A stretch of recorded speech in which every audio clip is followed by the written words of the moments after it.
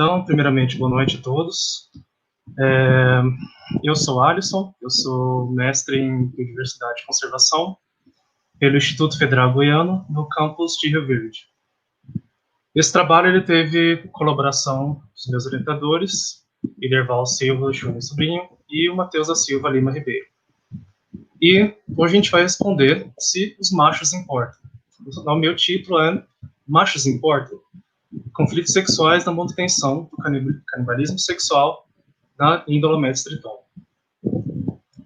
Então, primeiramente, eu vou introduzir o que é o canibalismo sexual.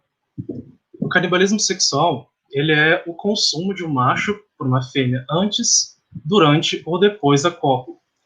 Esse comportamento ele ficou muito famoso entre as espécies de louva-a-Deus e na aranha viúva negra, em que as fêmeas canibalizam os machos logo após acontecer a cópula. E dependendo de quando acontece esse canibalismo sexual, ele pode ser diferenciado entre canibalismo sexual pré-copulatório, quando a fêmea canibaliza o macho antes mesmo da cópula. E temos também o canibalismo sexual pós-copulatório, em que a fêmea canibaliza o macho depois da cópula. Esse que ficou famoso entre as viúvas. Mas também existe nessa espécie, Trichonephila vips.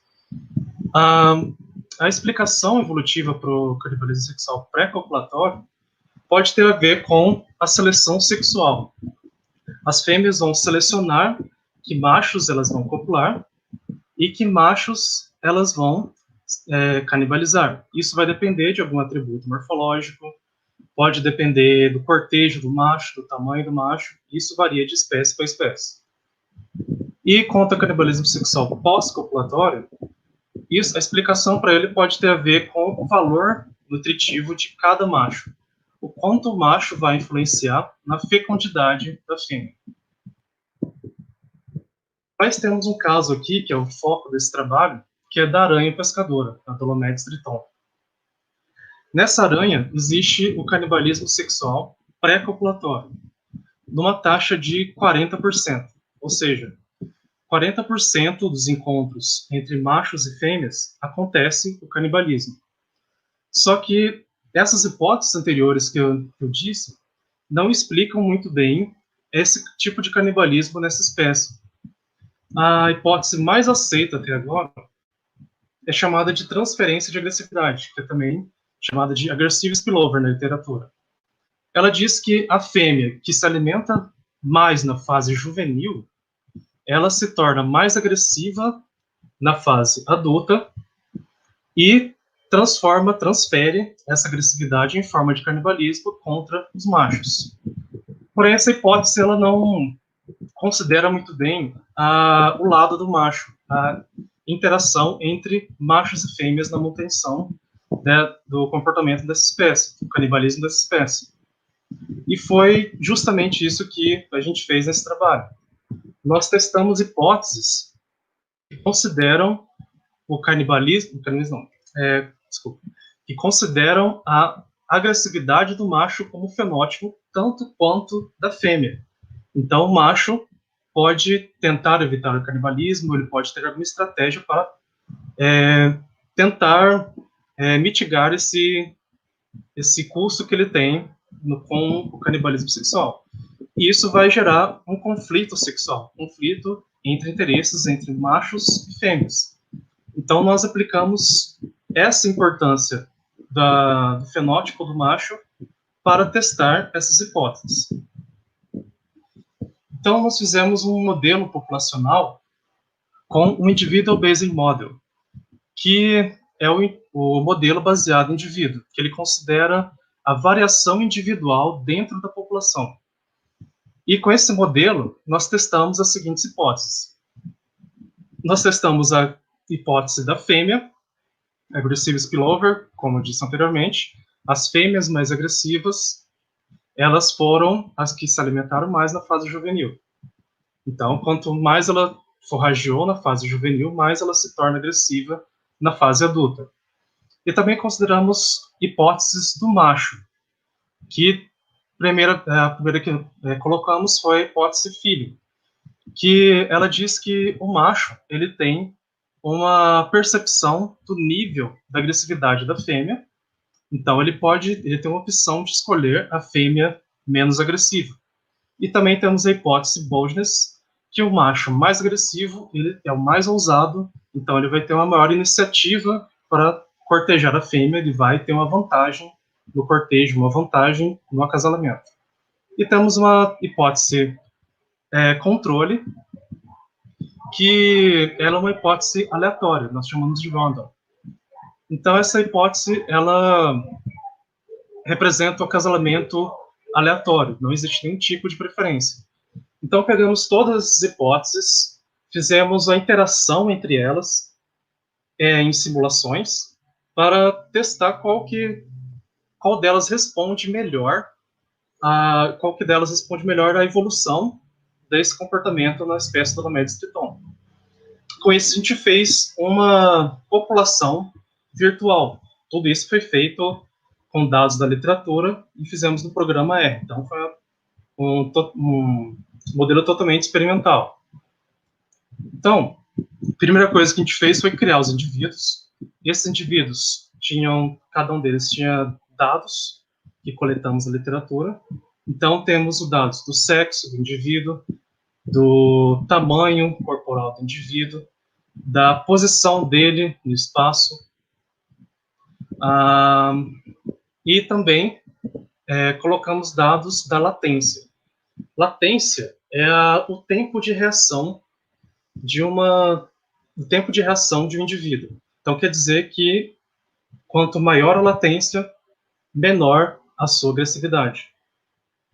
Então é um processo, é uma relação inversa. Quanto maior a latência, menos aquele indivíduo é agressivo. Então, criando esses indivíduos, nós dispersamos ele em um espaço virtual. Nesse espaço virtual, os machos e as fêmeas foram distribuídos aleatoriamente. Os pontos vermelhos aqui são as fêmeas, os pontos azuis são os machos, e nós dispersamos esses indivíduos nesse espaço. E quando acontecia o encontro entre macho e fêmea, o encontro entre macho e fêmea dentro de uma mesma célula, eles poderiam se reproduzir. E essa reprodução ia ser em função das regras de cada uma dessas hipóteses, da interação dessas hipóteses que tem aqui. Então, essa regra ela foi determinada no início do ciclo, no início da programação. E o próximo passo, que é o canibalismo, ele vai ser determinado por essas regras. Mas também ele está em função dessa equação aqui, que é a agressividade do macho sobre a agressividade da fêmea, vezes o tamanho do macho pelo tamanho da fêmea. Então, o produto dessas razões é o que determinava a probabilidade do canibalismo. Então, 1 menos essa equação determina a probabilidade de sobrevivência. Então, nesse caso, se o macho ele se encontrasse com uma fêmea com um tamanho proporcional a dele e uma agressividade proporcional, ele poderia se reproduzir e deixar descendentes. Mas quando ele encontra com uma fêmea maior do que ele e mais agressiva, a probabilidade de canibalismo era bem maior. E,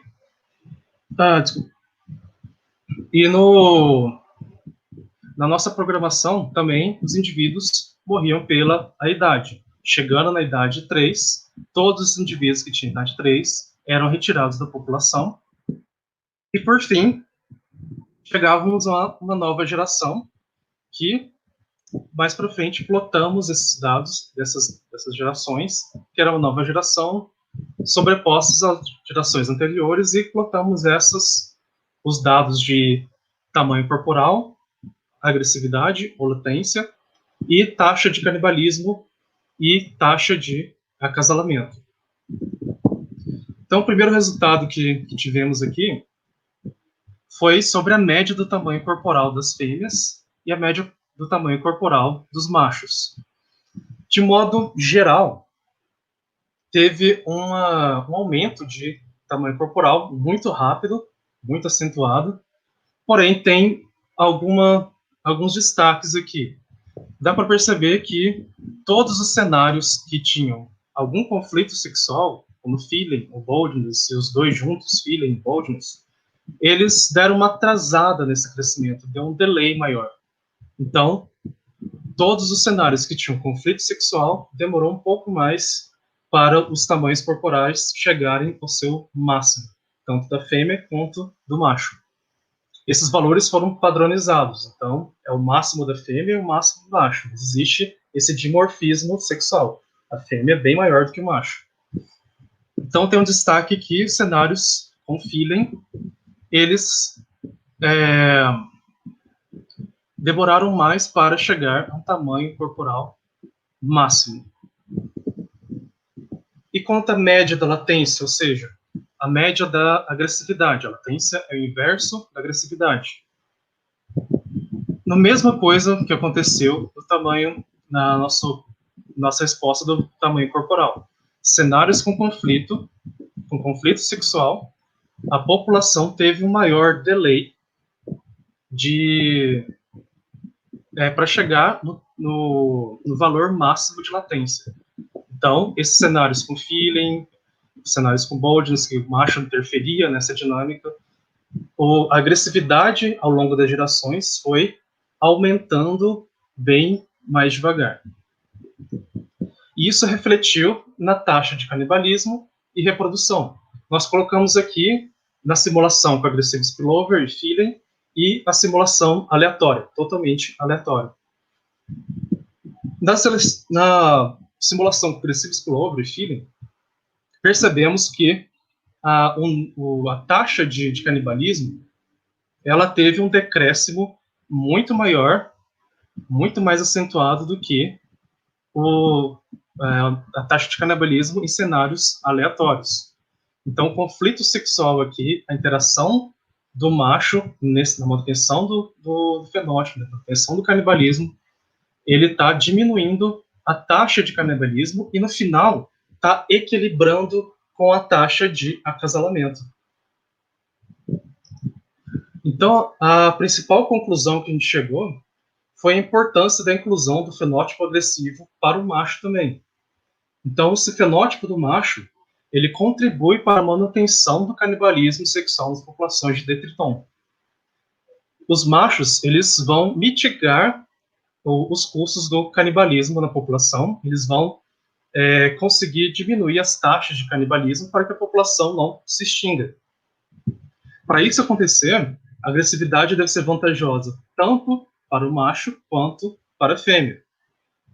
Então, deve ter uma vantagem para o macho no seu sucesso reprodutivo, e para a fêmea tem que ter uma vantagem no seu forrajamento, na sua busca de alimentos. E com isso, com essa vantagem para ambos os sexos, os indivíduos maiores e mais agressivos tiveram mais sucesso reprodutivo.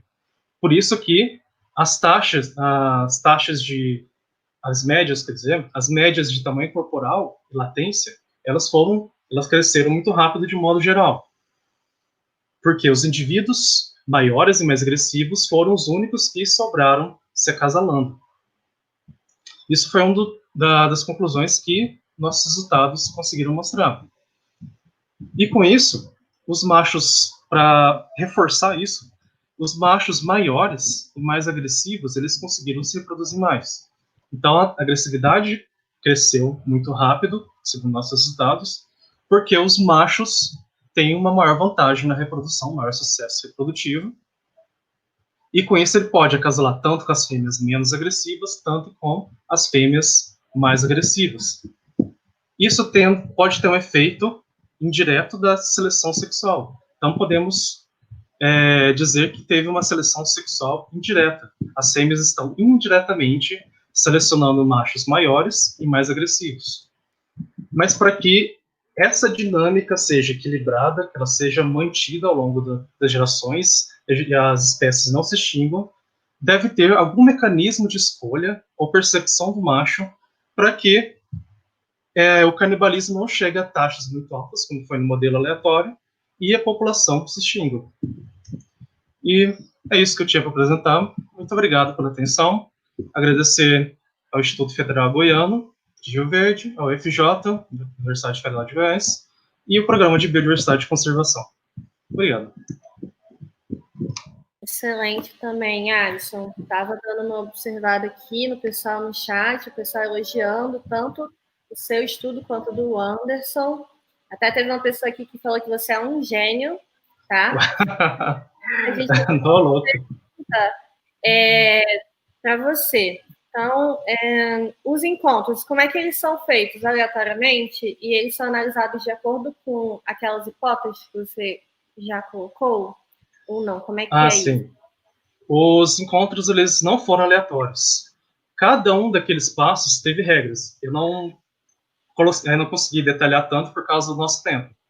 Mas eles não são aleatórios. Os encontros foram determinados pela a área de dispersão, tanto do macho quanto da fêmea. Nós determinamos que a área de dispersão do macho e da fêmea é de 3 células. São 3 pixels naquele espaço virtual que foi criado. Então, ao longo desse raio de dispersão, se o macho e uma fêmea estiver dentro do seu raio de dispersão um do outro, aí nós consideramos que eles se encontraram. E além disso, a dispersão foi determinada no caso do macho, a dispersão foi determinada em função da fêmea. Os machos, eles se locomovem em função da fêmea. Se uma célula tiver uma fêmea, tem maior probabilidade dele ir nessa célula. Se a célula estiver vazia, a probabilidade vai ser menor. E a fêmea, ela tem uma movimentação em função somente da distância. Se uma célula é mais distante, ela vai ter uma probabilidade menor de dispersão. E se a célula é mais próxima, ela tem uma probabilidade de ir para aquela célula. Acho que respondi. Entendeu? Perfeito. É um trabalho bem complexo, né? Pelo visto, você conseguiu pensar em muita coisa. Tem a pergunta aqui do Clepton também, perguntando se esse canibalismo nessa espécie é mais nos momentos do acasalamento ou é um comportamento que também vai acontecer em diversas situações do nicho aí desses animais. Então, existe alguns registros de fraticídio, que são assim que os jovens saem dos ovos, eles podem canibalizar uns aos outros. Existem alguns estudos com isso, é chamado de fraticídio, que é o canibalismo entre irmãos. Mas a não ser esse, eu não estou lembrado em outro contexto. A maioria dos contextos estudados apresenta o canibalismo na cópula, ou antes ou depois. Só que essa dúvida é em relação à voracidade das aranhas. As aranhas são naturalmente vorazes. Elas predam tudo que tiver pela frente. É uma das coisas que a maioria dos trabalhos dizem que pode ser uma explicação também de como surgiu esse comportamento nas espécies. Legal, Origem evolucionária de comportamento é um tema, né? Bem importante da ecologia. A Fernanda está perguntando por que as fêmeas têm essa tendência, né, de optar por machos que têm um tamanho maior, que são mais agressivos. Então, é uma tendência indireta. Existem espécies que é uma tendência realmente direta. Elas preferem copular com os machos maiores, ou algumas espécies preferem copular com os machos menores. Isso vai depender de espécie para espécie. Tem umas que preferem canibalizar os machos maiores, porque isso vai dar um ganho maior na sua fecundidade. Mas nessa espécie, ela é indireta, é uma seleção sexual indireta. Indiretamente, como se fosse um efeito colateral, as fêmeas estão selecionando os machos maiores e mais agressivos, porque são os únicos que vão sobrando na população, que só eles que vão conseguindo chegar nas fêmeas e copular com elas. E com isso a agressividade só vai subindo na população. A tendência é aumentar. Mas isso vai ser balanceado pela interação do macho tentando escapar da fêmea, tentando perceber o seu nível de agressividade. Entendi. Bom, a gente tem mais uma pergunta? Sim. A Gabriela está elogiando, né? Aqui nos comentários já teve bastante gente elogiando. Queria saber mais sobre o modelo, espaço virtual, posição inicial dos indivíduos.